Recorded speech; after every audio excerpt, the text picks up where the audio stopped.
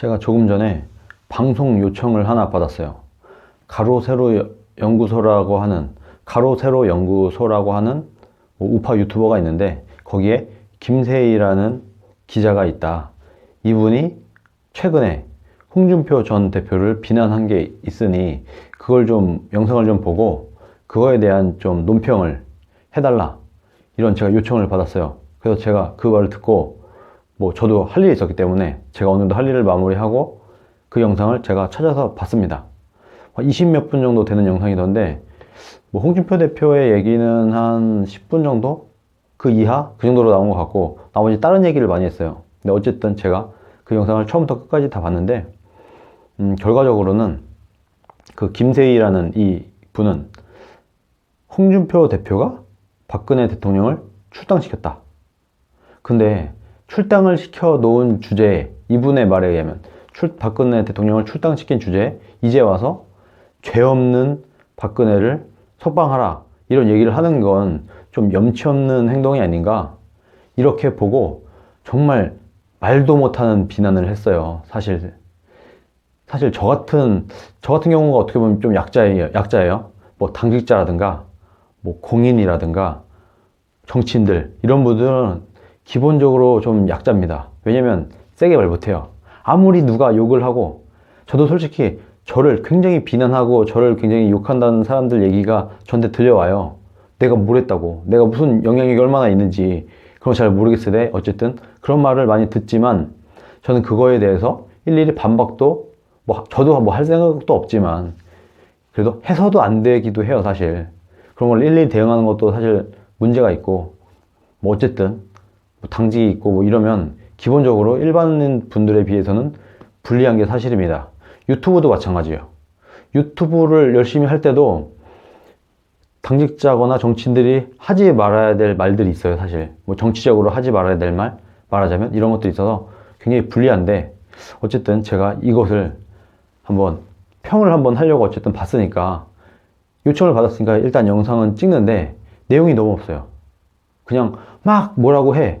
근데 딱 까보니까 두 가지밖에 없어요. 첫 번째는 박근혜 대통령을 출당한 주제에 어디 이제 와서 박근혜 대통령을 석방하라고 하냐, 죄가 없다고 말하냐. 근데 이 논리가 어떤 거냐면, 나름대로 논리는 있어요. 박근혜 대통령을 출당한 것 자체가 박근혜 대통령을 죄인이라고 인정한 것과 같다, 이렇게 이분은 말씀을 했어요. 근데 죄인이라고 한 적은 없습니다. 홍준표 대표가 경남도지사 하던 시절, 그 시절 때부터 늘 일관되게 단 한 번도 말이 바뀐 적이 없이 박근혜 대통령의 탄핵은 부당하다고 계속해서 주장을 해왔어요. 그런데 이런 말은 했어요. 정치적인 탄핵은 받을 수 있다. 왜? 정치인들끼리 그냥 하는 거니까. 정치 싸움이에요. 말 그대로 대통령과 국회가 정치 싸움 할 수 있어요. 그거는 방법이 없는 겁니다. 국회가, 예를 들어서 국회가 말도 안 되는 입법들도 많이 하잖아요. 정말 웃기는 법들도 많이 만들고 있거든요. 실제로 지금 이 순간에도 아마 국회의원들 누군가에는 정말 대한민국에 절대 생기지 말아야 될 법들을 만들고 있을 거예요. 그런 분들이 있는 집단이 국회다 보니까 이 중에서는 약간 그런 일들이 일어날 수 있는 겁니다. 기본적으로. 그래서 어쨌든 뭔가 확정이 되지 않은 상태, 박근혜 대통령이 유죄가 확정이 되지 않은 상태에서 국회에서 그냥 탄핵을 해버렸죠. 이것도 사실은 정치적인 탄핵도 문제가 좀 많아요. 근데 어쨌든 이건 어쩔 수 없는 거 아니냐. 홍 대표의 주장은 이런 거였어요. 국회에서 국회의원들끼리 탄핵 소출하는 거는 이건 정치 탄핵이라고 보니까, 정치적 탄핵이라고 보니까 이건 어쩔 수 없지만, 법리적으로 들어갔을 때, 법리로 봤을 때 명색이 홍준표 전 대표가 검사 출신이잖아요. 법조계 출신이에요.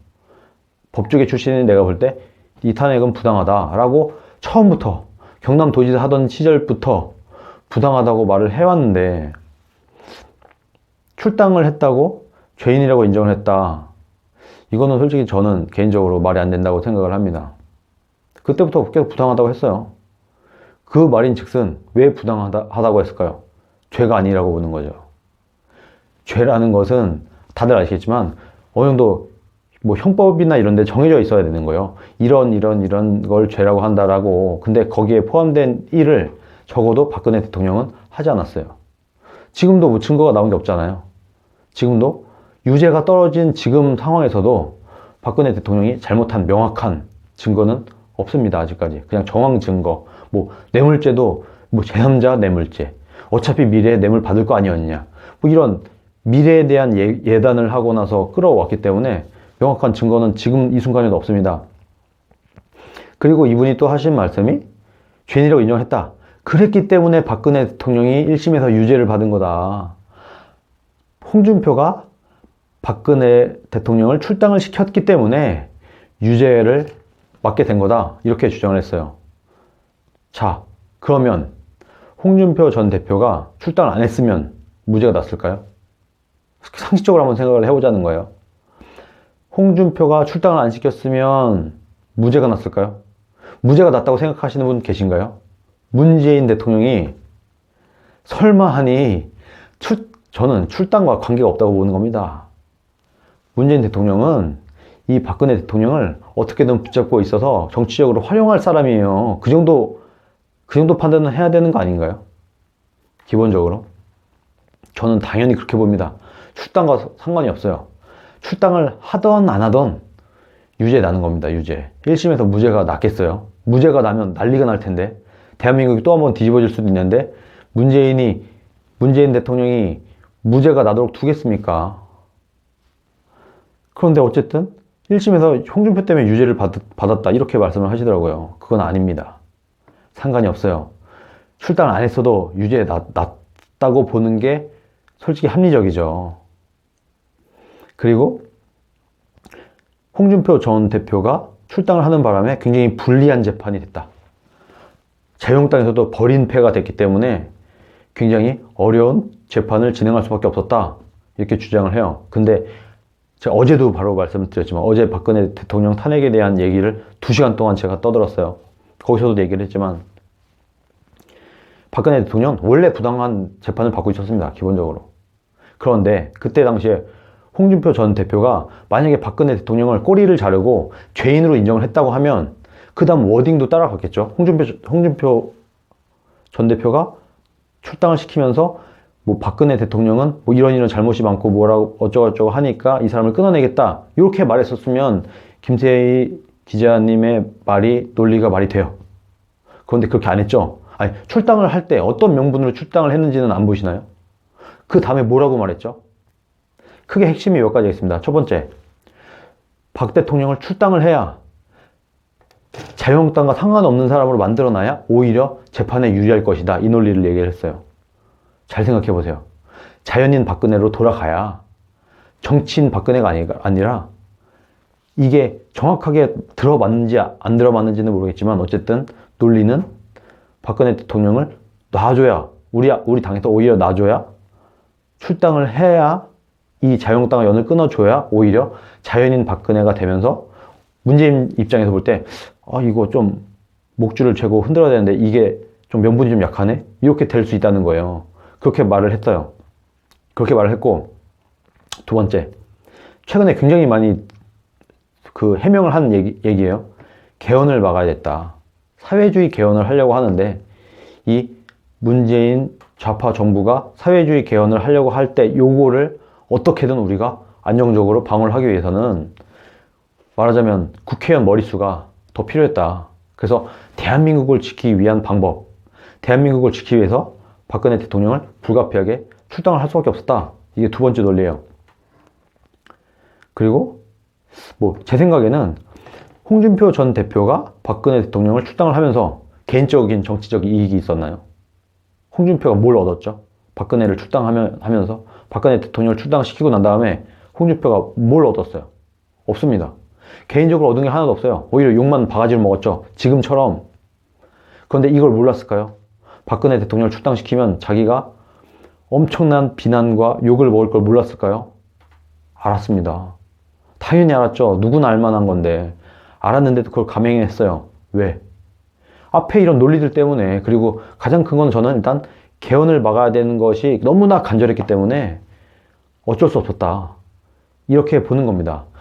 제가 예전에 여러 번 말씀을 드렸지만 저는 박근혜 대통령 탄핵 반대했어요. 기본적으로.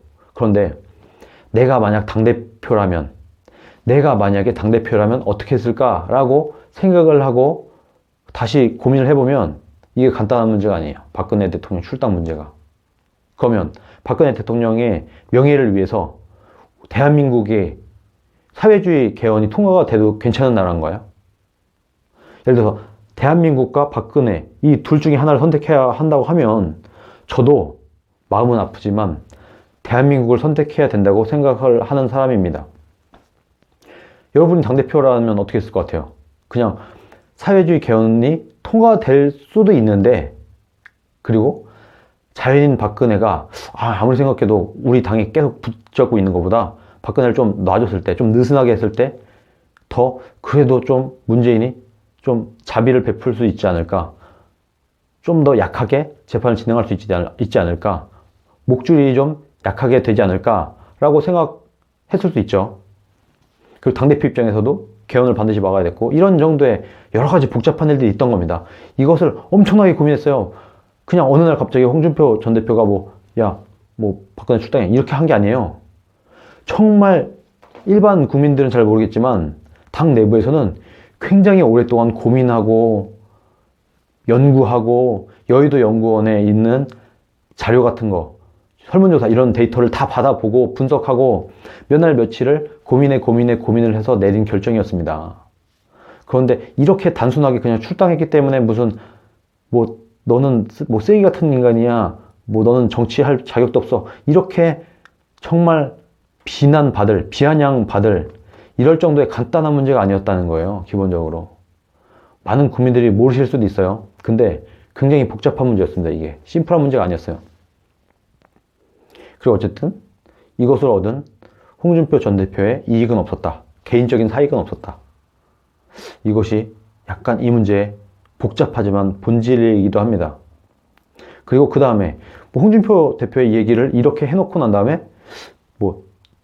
홍준표 주변에 붙어있는 청년 정치권에 기생하려고 하는 청년들을 막 비난을 했어요. 근데 김세희 기자님이 저는 모를 것 같은데 아마 제 느낌에는 이렇게 지칭한 분, 젊지만 홍준표 옆에 붙어서, 홍준표 측근에 붙어서 정치를 어떻게 해보려고 기생하는 사람들이 있다라고 말을 했는데, 왠지 그 배현진 위원장, 그 배현진 전 아나운서 이분을 말하는 게 아닌가 하는 느낌을 제가 좀 받았습니다. 아닐 수도 있어요. 근데 어쨌든 둘이 뭉실하게 이렇게 말을 하더라고요. 자기랑도 친하다 이런 얘기도 하면서. 그럼 제가 알기로는 배현진 전 아나운서랑 현 위원장인가요? 당협위원장인가요? 이분이랑 가깝다고 제가 들었던 적이 있거든요. 아닐 수도 있어요. 이거는 제가 팩트체크가 된 건 아니에요.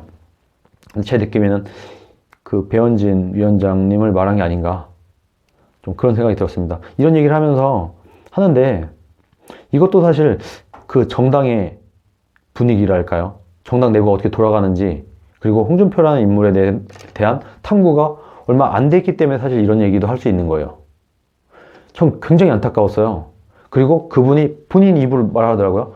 자기는 홍준표에 대해서 관심도 없고, 그래서 그분 페이스북도 보지도 않고 그분이 말하는 걸 별로 보지도 않는다, 홍카컬러도 안 본다, 이렇게 본인이 얘기를 하더라고요. 그러다 보니까 내용을 잘 모르는 거예요. 오히려 알아야죠. 오히려 알아야지 그 사람에 대해서 더 정확한 판단을 내릴 수 있지 않겠어요? 근데 예를 들어서 어떤 출당이라는 문제 하나 때문에 이 사람이 되게 싫었어. 그 다음부터 이 사람이 하는 말, 이 사람이 하는 뭐라도 안 봐. 그럼 이 사람에 대해서 더 모르겠죠, 당연히. 그러니까 그 인물에 대한 정확한 판단을 내려야 내릴 수가 없는 상태인 겁니다. 약간 그 정보의 고립 상태가 되고 있는 것 같아요. 이쪽이 아예 보지도 않아요. 이 이후에 어떤 일이 일어났는지 관심도 없는 거예요. 그러다 보니까 이 이후에 어떤 일이 있었고, 어떤 메시지가 있었고, 어떤 흐름이 있었는지는 하나도 모르고 그냥 죄 없는 대통령을 석방하라고 했다고 여기에 열받아갖고 막 말씀을 하신 거예요. 좀 알아보셔야 됩니다. 저는 가끔 정말 저도 보기 싫지만 종편도 좀 봐요. 그리고 저도 솔직히 알릴레오 이런 거 방송 별로 보고 싶지 않거든요. 근데 굳이 한 번씩 봅니다. 왜? 알아야죠. 쟤네들이 무슨 얘기를 하는지, 종편에다 도대체 뭐라고 떠들길래, 공중파에도 도대체 어떤 뉴스를 내보내길래 국민들이 이러고 있는지 알아야 될 거 아니에요. 우리끼리 꽁냥꽁냥해서 뭘 하겠다는 건지 알아야 됩니다. 상대방이 무슨 얘기를 하는지, 무슨 생각을 가졌는지 나는 알기 싫어도 귀찮아도 듣기 싫어도 그래도 들어야 되는 게 그래도 방송을 하고 뭐 당직을 하고 이런 사람들의 자세가 아닌가. 전 솔직히 뉴스 같은 걸 트래킹을 해요. 그래도 제가 그래도 명색이 뭐 디지털 정당위원장 이런 걸 하다 보니까 뉴스를 놓치거나 뭔가 이슈에 대해서 내가 빠릿빠릿하게 대응을 못하게 되면은 뭔가 제가 뒤처지는 것 같아요. 그리고 뭔가 제 자리에 걸맞지 않은 행동을 보이는 것 같아서 뭔가 의무감이랄까요? 이런 게 있어요. 그런 것 때문에 막 괜히 더 열심히 하게 돼요. 막 보기 싫은 것도 막 진짜 이게 이런 말 그대로 헛소리 같은 것도 그냥 듣고 있는 겁니다. 말도 안 되는 사람들이 나와서 패널이랍시고 별 이상한 애들이 나와서 유사 지식인이라고 하죠. 이런 사람들이 와갖고 말도 안 되는 헛소리를 막 떠들어대는 것도 듣고 있는 겁니다. 이것도 정신 수양도 돼요. 막 이런 헛소리를 듣고 있는 것도 굉장히 정신 건강엔 해로울지 몰라도 어쨌든 인내심도 좀 늘고 뭐 얘네들이 무슨 말을 하는지 그 논리도 파악할 수 있고 이런 거를 그래도 방송을 하는 분들이라면 들어야 되지 않을까요? 앞으로는 좀 그렇게 해서 좀 말이 되는 이런 말씀을 해주시길 제가 감히 부탁을 한번 드려보도록 하겠습니다. 이거를 보실지 모르겠어요. 아직 구독자도 그렇게 많지도 않고 해서 못 보실 가능성이 더 많겠지만 그래도 못 보실 가능성이 아예 없진 않으니까 혹시나 보시면 그렇게 해주시길 제가 부탁을 드리겠습니다. 그렇다고 뭐 저도 젊으니까 야 너도 뭐 홍준표에 줄대갖고 뭐 이렇게 말씀하실지 모르겠는데 아닙니다. 그렇게 해서 줄댄다고 챙겨주고 이런 분이 아니라니까요. 제 지난 방송에서 말씀드렸지만 좀 정확하게 판단하기 위해서는 듣기 싫어도 듣고 정보를 캐치를 하려고 하고 뉴스도 계속 트래킹을 해야 된다. 이런 말씀을 드립니다.